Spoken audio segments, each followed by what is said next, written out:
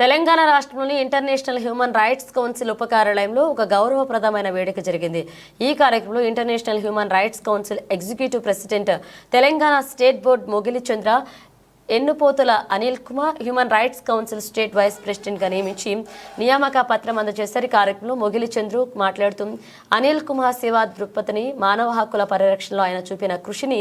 గుర్తించి ఈ పదవిని అందించడం గర్వకారణమని ఆయన తెలంగాణ రాష్ట్రానికి దిశానిర్దేశమన్నారు. International human rights council Telangana state మన పెద్దలు గౌరవనీయులు మరియు ఎగ్జిక్యూటివ్ మెంబర్ మొగిలి చంద్రు గారు ఈ యొక్క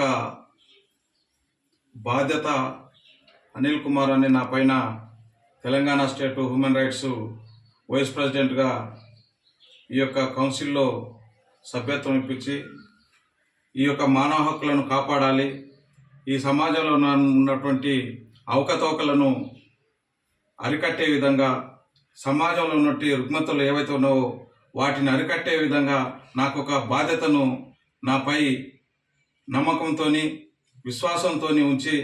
ఏదో మారుమూల ప్రాంతం నల్లమల్ల అడవుల్లో ఉన్నటువంటి కొన్ని పనులు చేసినందుకు గుర్తింపుగా ఈ యొక్క ఎగ్జిక్యూటివ్ మెంబర్ చంద్రు గారు గుర్తించి నాకు ఇచ్చినటువంటి ఈ అవకాశాన్ని సద్వినియోగపరిచే విధంగా